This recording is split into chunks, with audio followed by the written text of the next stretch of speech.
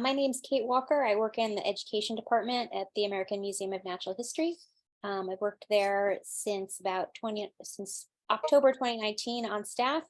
And before that, a bit as a freelancer, actually in the exhibition department. Hi, my name is Meredith Mahoney. I'm a curator of zoology at the Illinois State Museum in Springfield, and I have worked here since 2006.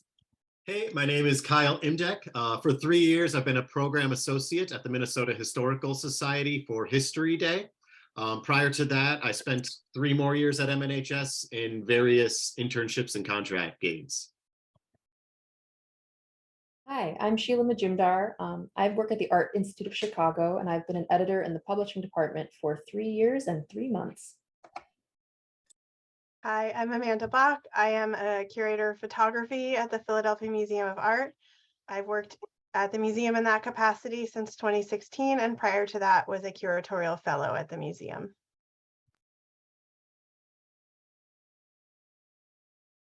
So for us at the Minnesota Historical Society, there was a huge variety of reasons, but I guess the top 3 that we could say were wages. Most of us have never received a raise at MNHS, and our wages are well below our local average wages, and for about half of us, even below a living wage. So increased wages and regular raises are a huge priority for us. Secondly, transparency is a big concern for us on everything from hiring processes, public programming decisions, and even whether emergency closure decisions are very opaque at MNHS. So that's another big priority for us in unionizing. And thirdly, less tangibly, but equally important, is just building community and solidarity amongst our coworkers. We're a very, what I call, siloed organization, where prior to unionization, very few people knew anybody outside of their own specific team that they worked with. So just building that community and solidarity was another huge one. And I would second all of those things, definitely.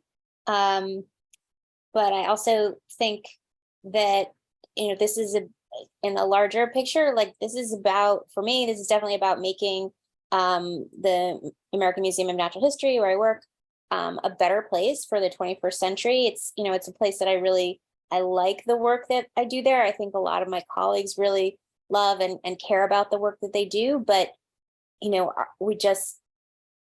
have to get paid closer to a living wage. So that's really important. And I think it's about walking the walk of diversity, equity, and inclusion. I mean, I think a lot of us, we work at these institutions that were founded by very elite people, and that mindset is still there in a lot of places, in a lot of ways, and it's reflected in who gets paid what. And we just have to break that down a little bit, because we have to be able to survive to do this work that we all love. And I think it makes the institution stronger going forward.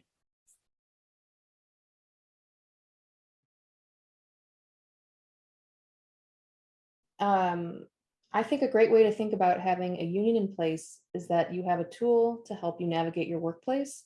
So if you already have a good working relationship with your manager, that is not going to change. You'll still be able to talk to them. They'll still be able to advocate for you. If you don't have a good relationship, or if your manager does try to advocate for you, but they are unable to do so within the hierarchies of your museum, then you have an additional tool to help make change in your workplace and to achieve what you're after. Yeah, and to just add on to what Sheila said, if anything, at the Minnesota Historical Society, we have greater flexibility than we did prior to unionization. One, because if you do have an issue that you want to bring to your manager, you can now do so without fear of being retaliated against, because you have legal protections and rights when you're unionized. And secondly, you're more free to go about doing your job the way that works best for you. Again, because you have those legal protections, management cannot just arbitrarily discipline or fire you for something that doesn't have an actual just cause behind it. So even for those of us who didn't have good working relationships with our managers, we've experienced a lot greater flexibility after unionization.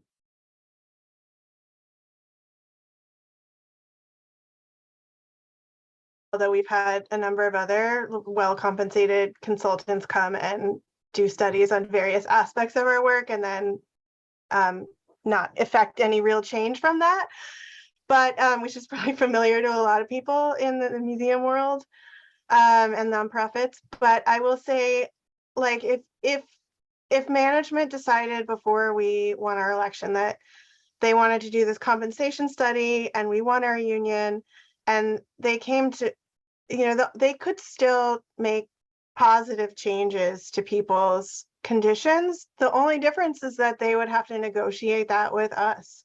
So we, for example, during the negotiations of our contract, we were very transparent in a public forum of Twitter about how low the floor was for our salaries, which was $10 an hour was the starting rate for a lot of people in our bargaining unit. And lo and behold, management came to us shortly after and said, how would you feel about raising the minimum to 15? And we were like, obviously, yes, this is a good, outcome. And we made that, we came to an agreement with management about that even before we had a contract. If they came to us and said, we did a salary study and we realized that all of the curatorial fellows are underpaid and we want to raise the minimum salary for that position, they can't direct deal. They can't say, oh, we want to raise Joe's salary, but not Jane's, but they can come to us and say, this position is underpaid and, can we negotiate a better pay rate for these people? If it's across a position, that's something that we can work out across the table. So there is, don't feel like there's no latitude to move things in a good direction with a union or even in the process of negotiating a contract. It's just that management has to talk to you about it. And I mean, I would say, so where we are, there were some existing locals at our museum, and the union represents some folks at other culturals in New York. And so there has been a bit of a salary, I guess, structure ladder in place. It itself needs to be updated, but it has already provided some transparency to people in our unit, which has been really, really helpful to see what people in very similar roles are getting paid at other institutions.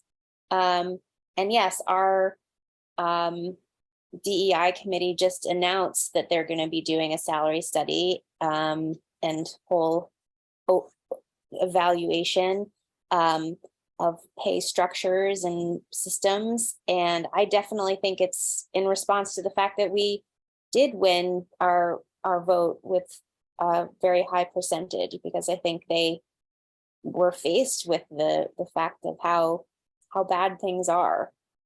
So. Yeah, so we had the same situation at the Philadelphia Museum. And I'll just say up top, like, this is a choice that your employer is making to have an election that's split like this.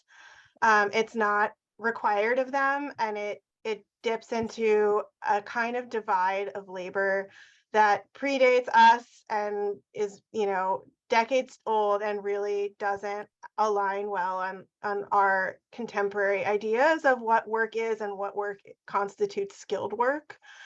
So on our ballots, we had a similar setup where my job falls into a professional category, and I was asked to choose whether I wanted to affiliate with the non-professionals.